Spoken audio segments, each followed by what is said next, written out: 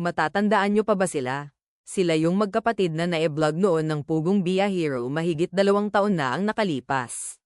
Sina Alona at Helen ay natagpuan ni Sir Paul sa isang liblib na lugar ng Kabanglasan, Bukidnon. Nag-viral noon ang kanilang video dahil kahit bakas ang kahirapan sa kanilang pamumuhay, ay patuloy pa rin silang nakikibaka at nagsasakripisyo sa hamon ng buhay, hindi lang sa pang-araw-araw na pangangailangan, kundi para maipagpatuloy ang kanilang pag-aaral. Kumusta na kaya sila ngayon? May nabago kaya sa kanilang pamumuhay mula nang makilala sila ni Sir Paul? Well, yan po ang pag-uusapan natin sa episode na ito. Pero bago yan, paki-like naman kabayan at mag-subscribe para updated ka sa mga susunod ko pang videos. Gaya ng sinabi ko kanina, mahigit 2 taon na ang nakalipas mula nang makilala ni Sir Paul ang magkapatid. Sa katunayan ay grade 5 pa lang si Alona noon, ngayon ay grade 7 na siya. Pero napakaswerte ng batang ito dahil may nag-sponsor sa kanyang pag-aaral. At ang kanyang sponsor ay walang iba kundi si Mang Gusteng, isang Filipino-Canadian na kasalukuyang naninirahan sa Vancouver, Canada. Sa katunayan ay nakausap ko mismo si Mang Gusteng, at na-confirm niya na nagpapadala siya ng 5,000 pesos kada buwan kay Alona, at ito ay pinapadala niya sa bank account ng Pugong Bia Hero, at si Sir Paul ang nagbibigay kay Alona sa pamamagitan ng GCash. Naitanong ko rin kay Mang Gusteng, ang tungkol sa isyo kung si Alona ba ay isang Pugong Bia Hero scholar.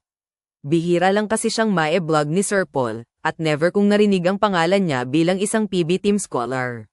Well, ayon kay Mang Gusteng, technically daw ay hindi official na PB Team scholar si Alona, dahil kung napapansin nyo, lahat ng scholar ng Pugong Bia Hero ay may pinapirma si Sir Paul na kontrata sa kanila para maging official na PB Team scholar.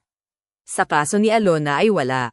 Hindi natin alam kung ano ang plano ni Sir Paul sa kanya, pero hopefully, ay magiging official na Pugong Bia Hero scholar siya in the near future.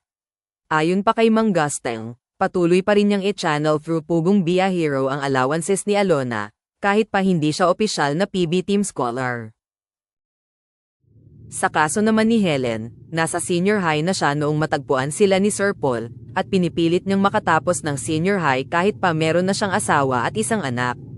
Sa kalagayan niya noon ay suntok sa buwan kung makakatongtong pa siya sa kolehiyo. Pero naawa si Mang Gusteng sa kanya, kaya kinuha din niya si Helen bilang isang scholar, kasama ni Alona. Fast forward, sa ngayon ay first year college na si Helen sa isang pribadong paaralan sa Valencia City, Bukidnon, at kumukuha siya ng kursong Bachelor of Elementary Education, dahil gusto niyang maging isang teacher balang araw. Dagdag pa ni Mang Gusteng, malaki ang monthly allowance ni Helen dahil, bukod sa tuition fees, ay sagot din niya ang boarding house, pagkain, pamasahe, at iba pang pang-araw-araw na gastusin ng isang typical na college student. So marami talaga ang nabago mula nang ma-e-vlog ni Sir Paul ang magkapatid na ito. Dahil sa kanilang sponsor, ay abot kamay nila ang tagumpay, lalong-lalo na sa aspekto ng edukasyon. At sa pamamagitan ng edukasyon, ay may kakayahan na silang baguhin ang kahirapan na kanilang nakagisnan at iangat ang estado ng kanilang pamumuhay. Samantala, ayon pa kay Mang Gusteng, meron pa siyang 4 na estudyante na tinutulungan bukod kina Alona at Helen, kaya kode sa iyo Mang Gusteng, sana i-bless ka pa ni Lord para mas marami ka pang maibigay na tulong.